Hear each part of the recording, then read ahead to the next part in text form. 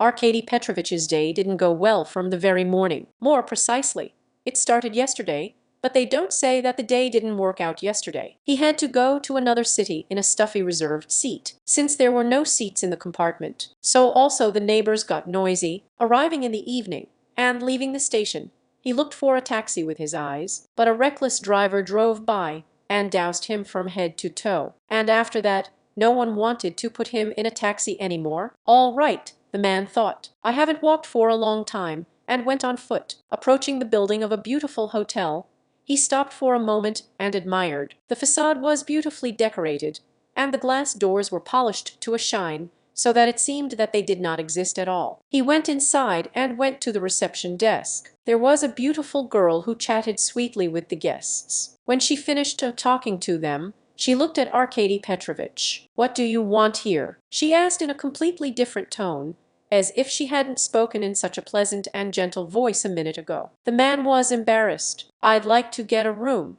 "Very tired?" The girl laughed. "Oh, Vital!"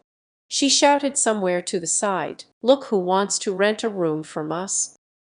Arkady Petrovich, already tired, and even feeling bad, said quietly, "Girl, I need a number."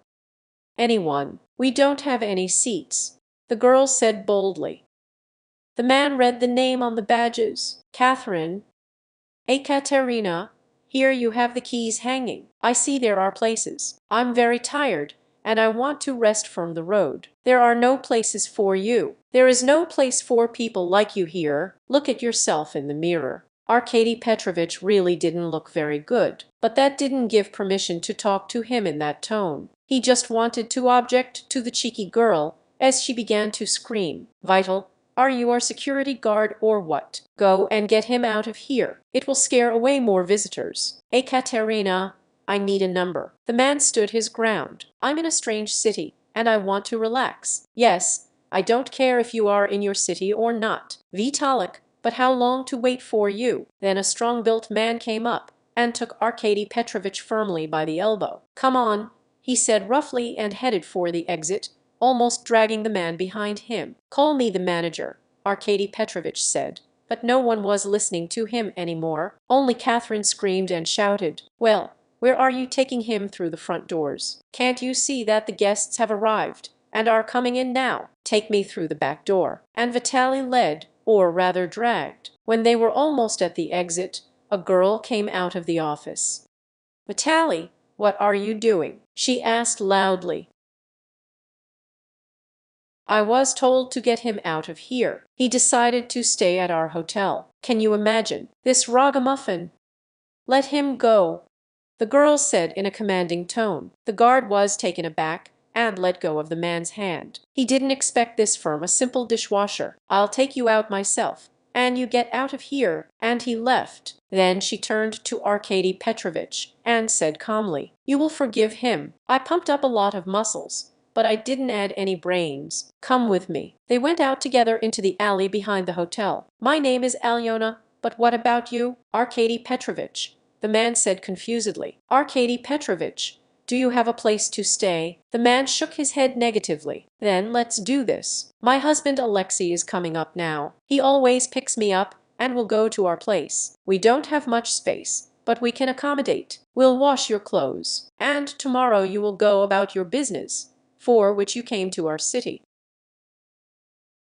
"All right, and your husband won't mind?" "Of course not," Alyona laughed. When Alexei drove up, Alyona quickly explained everything, and he nodded his head in agreement. The men met and went home. At home, Alexei gave Arkady Petrovich clean clothes. Of course, it wasn't his size at all, but he didn't take things with him. He had other plans, and the dirty clothes were sent to the laundry. Then we sat down to dinner. The table was set modestly, but everything was very tasty. The young men did not question the man on what business he came, but simply talked about different topics. Alyona and Alexei were both former pupils of the orphanage. They could not get an education because they had to live on something. They lived in a small apartment, which they were able to buy by selling their two small dorm rooms inherited from the state. Alyona worked as a dishwasher at the hotel, and on weekends she also cleaned the entrances. Alexei worked at a construction site, even though doctors had banned him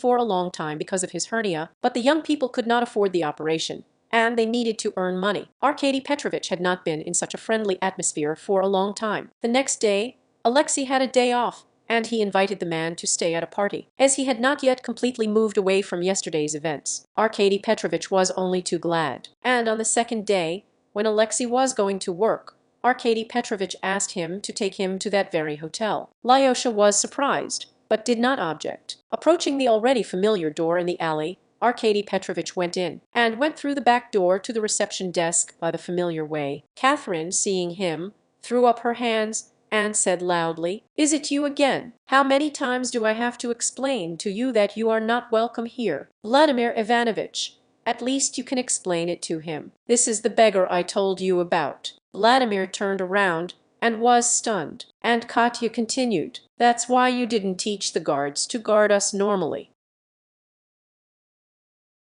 They let everyone through here." "Arkady Petrovich?" Vladimir asked with a tremor in his voice. "Yes, it's me, and I was here 2 days ago. And I was kicked out of my own hotel. You know, when my driver got sick, I got a little upset, and I had to go by train. When there were no seats in the compartment, and there was only a reserved seat, this upset me even more. When I was doused by an inept driver, I thought that all this was the worst. But no, I haven't been allowed into my hotel yet. Your people didn't even ask if I had the money to pay for the room. They didn't offer a person to sit down out of the way, but just threw him out like a kitten. You told me that you have such a well-established work here. I don't see that. I came to discuss the details of your transfer to a new hotel abroad. By the way, did you want to take her with you?" The man waved in the direction of the administrator. "Is she the most polite? So neither you nor she work here anymore?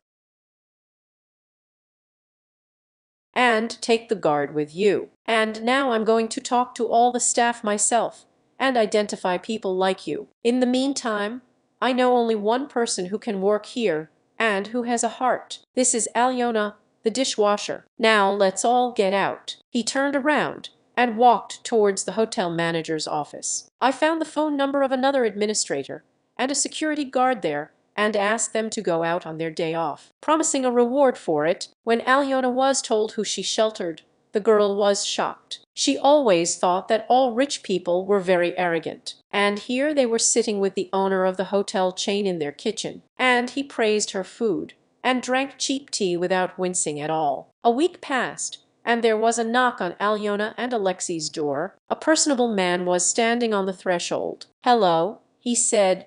"My name is Andrei. I'm from Arkady Petrovich. Permission to enter." Alyona and Alexei let the guest into the apartment. Arkady Petrovich wanted to come in himself, but he had to leave urgently. "Here," he said, pointing to a folder in his hands, "are papers with a referral to a clinic in Israel. Alexei will help you with your back problems there. Everything has already been paid for. Also, you, Elena, will go with your spouse. All documents for departure are ready. When you arrive, Alyona is waiting for you to work as an administrator at the hotel, as well as paid courses for managers, so that you later become the manager of the hotel. And Alexei is waiting for you to work as the head of the economic department. And you will choose who to study for yourself, and you will be paid for everything." Alyona and Alexei stood in perplexity. Arkady Petrovich said that you, Alyona, are a very good judge of people, and he values such employees very much. And Alexei's hard work and kindness knows no bounds. Therefore, he thanks you for your kindness, and refusals are not accepted. Elena began to have tears in her eyes,